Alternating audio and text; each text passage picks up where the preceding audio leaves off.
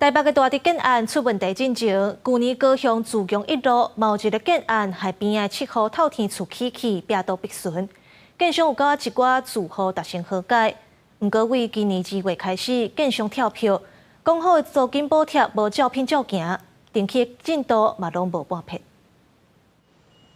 围楼拆掉了后嘅空地啊，是放真侪钢筋，不过煞无咧动工。高雄自强一路83巷嘅巷仔口，这个建案去年3月底。 因为地下工程的疏失，加上是沙地，历史路口放弃。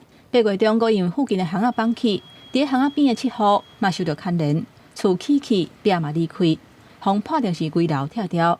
其中6户甲建商达成和解，由建商重启，不过到达1年过啊，煞还未动工。我们也不晓得他什么时候要盖好房子，然后现在已经让他的工地复工，然后我们的房子也都没有盖，那我们是不是就一直在外面要自己租房子在外面，然后我们相对的我们的负担就会变得很大。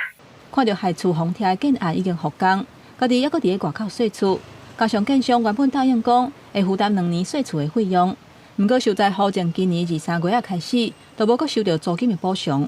建商讲会分期嘛无影无食，批评建商无信用。建商讲目前是以中建的工课为主。营造申请好了，营造厂商也给他定金，准备开始了。安全的问题，承载的部分，现在一个洞在那边，另外一边不能再挖。 会继续坍塌。建商强调讲，因为考虑安全，都要等建案的结构完成，才当挖地基。不过工地附近是爱河，会甲电楼、考楼、甲地基稳定等等的问题有关系。无法度预估完工的时间，会争取伫114年6月进前完工。工务局嘛表示，双方目前已经以顺利办法完成和解，甲提准金作业的停书。和解户呢，目前已委托建筑师办理建造及开工在案。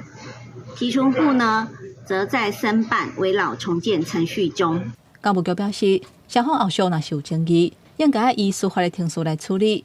就算建商讲会赶紧动工，不过租金的补偿、从各方面登记等等的情形，互受灾户是真恶阁相信建商。伊嘛按算伫13要招受灾户讨论后续处理的事项。记者综合报道。